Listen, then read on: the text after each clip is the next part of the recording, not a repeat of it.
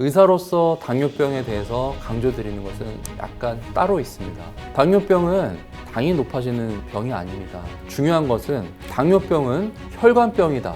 이 등식을 성립한다는 것을 잘 기억하셔야 되는 겁니다. 당뇨에 관해서 제가 강조드리는 하나의 음식은 입니다.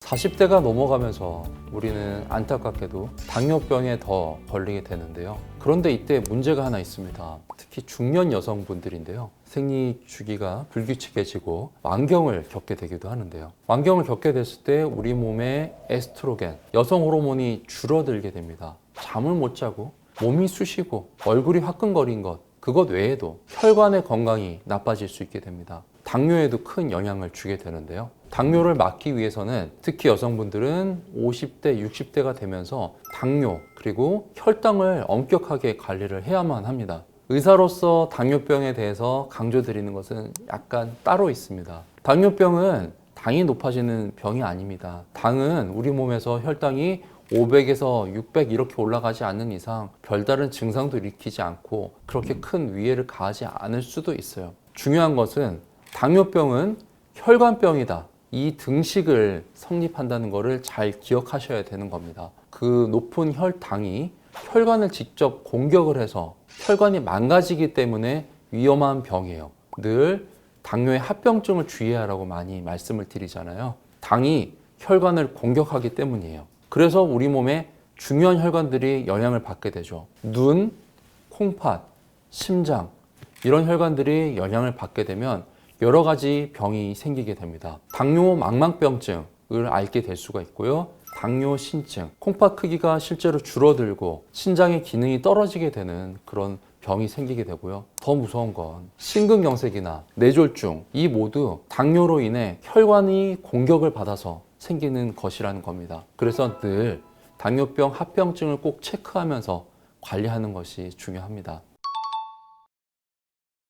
그거 아셨나요? 당뇨병을 가지고 있는 분들의 30%가 본인이 당뇨가 있는지도 모른다는 보고가 있습니다. 너무 무섭죠? 왜냐하면 당뇨는 병원에 가서 혈당 검사를 하거나 당하혈색소와 같은 3개월의 당 평균치를 보는 그런 검사를 통해서 확진을 할 수 있기 때문인데요. 그런데 조금 다행인 점이 있습니다. 우리가 무서워하는 고혈압은 사실 침묵의 살인마입니다. 혈압은 증상이 없습니다. 180, 190 갔을 때나 증상이 있거든요. 이런 무서운 무증상 고혈압보다는 당뇨는 그래도 우리에게 힌트를 줍니다. 이 증상이 생기면 지금 즉시 병원에 가야 되는 겁니다. 첫 번째, 물을 많이 마시게 됩니다. 두 번째, 소변을 아주 자주 보러 가게 되죠. 입마름을 자주 느끼고요. 세 번째로 체중이 감소하게 됩니다. 이 힌트가 발견되는 순간 당하혈색소라든지 혈당을 체크해 볼 필요가 있습니다. 앞서 말씀드린 세 가지는 의사들이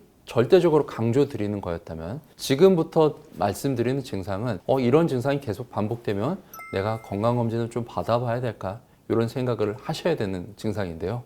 첫 번째, 감정 기복이 조금 심해진다. 두 번째, 눈이 침침해지는 느낌이 든다. 세 번째, 배가 왜 이렇게 자주 고프지? 이 증상들은 당뇨하고 바로 직결된다. 그렇게 말할 수는 없겠지만 너무 반복될 때는 한번 간단한 검사를 통해서 체크해 보는 것이 필요하겠습니다. 당뇨에 관해서 제가 강조드리는 하나의 음식은 사과식초입니다. 다이어트에 큰 도움을 줄 수 있어서 당뇨병을 막아주는데 좋은 작용을 하게 되는데요. 이런 연구도 있습니다. 우리가 사과식초를 먹게 한 그룹이 있고 하루에 250kcal를 덜 먹게 한 두 가지 그룹이 있습니다. 결론적으로는 사과식초를 더 먹게 한 그룹이 체질량 지수나 복부 지방률 이런 면에서 더 뛰어난 결과를 보였거든요. 우리가 사과식초를 드시는 것만으로도 당뇨를 관리할 수 있고 체질량 지수를 낮출 수 있는 그런 좋은 효능이 있다고 말씀드릴 수 있겠네요. 이런 사과식초의 효능은 다이어트에 도움이 된다. 첫 번째로 말씀드렸고요. 사과식초는 직접적으로 당뇨병에 도움이 되기도 합니다. 사과식초 12cc와 물 200cc를 섞은 물을 꾸준하게 먹게 한 그룹과 그냥 물을 먹은 그룹, 두 그룹을 비교했을 때 실제로 공복 혈당과 당하혈색소를 유의미하게 낮추는 결과가 나타나는데요. 이 외에도 사과식초가 심혈관 질환에도 도움이 된다는 결과가 있으니까요.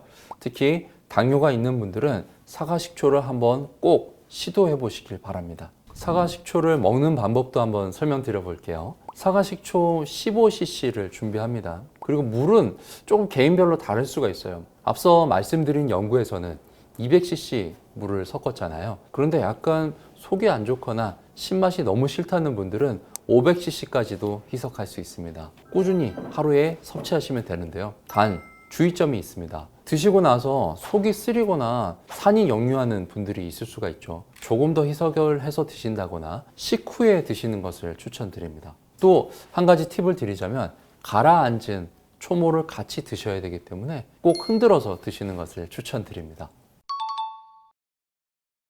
당뇨 환자분들은 드실 수 있는 음식이 너무 제한적입니다. 당뇨에 의외로 도움되는 음식들을 팁으로 드릴 테니까요. 이 좁은 폭을 조금 더 넓게 하시고 삶이 좀 더 윤택해지셨으면 좋겠습니다. 기준이 있습니다. GL 주스라는 것인데요.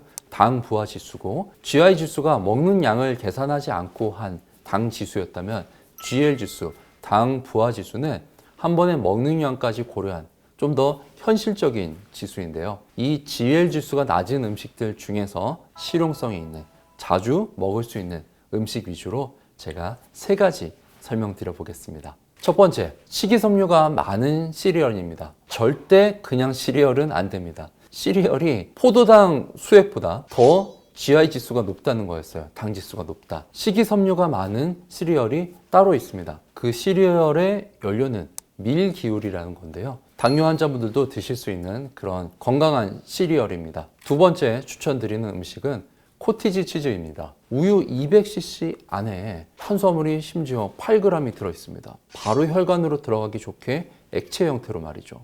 그래서 유제품을 먹을 때 주의하는 분들이 많은데 코티지 치즈는 이때 대안이 될 수 있습니다. GL 지수, 당 부하 지수는 0.6입니다. 이 세 번째가 핵심인데요. 딸기입니다. 이게 진짜 의외죠. 단 음식들은 우리 당뇨에 좋지 않다고 알고 있잖아요. 이 딸기의 GL 지수는 1입니다. 사과나 오렌지 같은 그런 음식보다 당 지수가 매우 낮다고 알려져 있습니다. 그 이유로서는 식이섬유가 많기 때문인데요. 당뇨 환자분들이 과일을 고를 때 간편한 기준을 설명드려보자면 씹었을 때 식감이 있는 겁니다. 식감이 있다는 것은 식이섬유가 많다는 뜻이에요. 예를 들면 딸기, 씹으면 식감이 느껴지죠. 블루베리도 작지만 어쨌든 씹을 때 식감이 느껴집니다. 그 외에 키위, 이런 것들은 식이섬유가 많기 때문에 조금은 덜 걱정하고 드셔도 될 것 같습니다.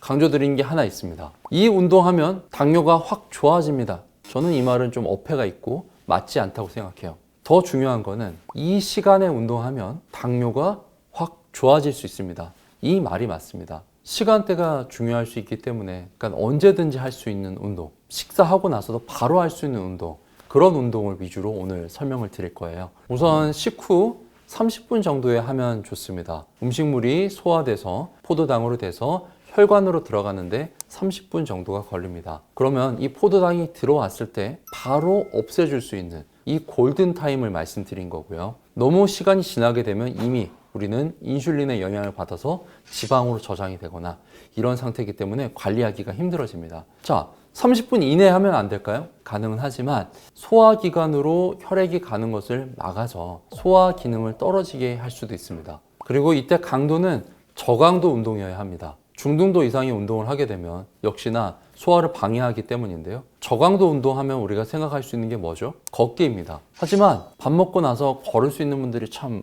흔치 않죠. 그래서 저강도 운동으로 밥 먹자마자 30분 후에 할 수 있는 운동, 그거를 오늘 설명드릴 테니까요. 꼭 잘 실천해 주셔야 합니다. 제가 한번 보여드릴게요. 첫 번째 시작입니다. 걷기를 시작합니다.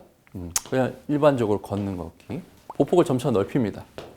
그래서 보폭을 넓히고 이 상태에서 10걸음을 걷습니다. 이렇게 하다가 다시 돌아와요. 네, 이렇게 해서 다시 걷고 10번 걷고 다시 늘리고 한 4번 정도 하면 보통 넓어질 거예요. 여기서 10번 걷고 다시 돌아오고 네, 이런 식으로 하면은 우리가 뇌도 자극되고 옆에 힙의 근육도 자극이 되면서 강도도 저강도로 유지할 수 있는 그런 운동이 됩니다. 이렇게 밖으로 갔다가 다시 돌아오는 동작을 10분에서 15분 해주시면 됩니다. 연구에 의하면은 당뇨병 환자분들은 운동을 2분이라도 하면 하지 않은 것보다 훨씬 큰 차이가 있다고 합니다. 이 동작을 짧게 하시는 한이 있더라도 꼭 밥 먹고 해보시고요. 가능하시면 10분에서 15분 하시면 당뇨에 큰 도움이 될 겁니다.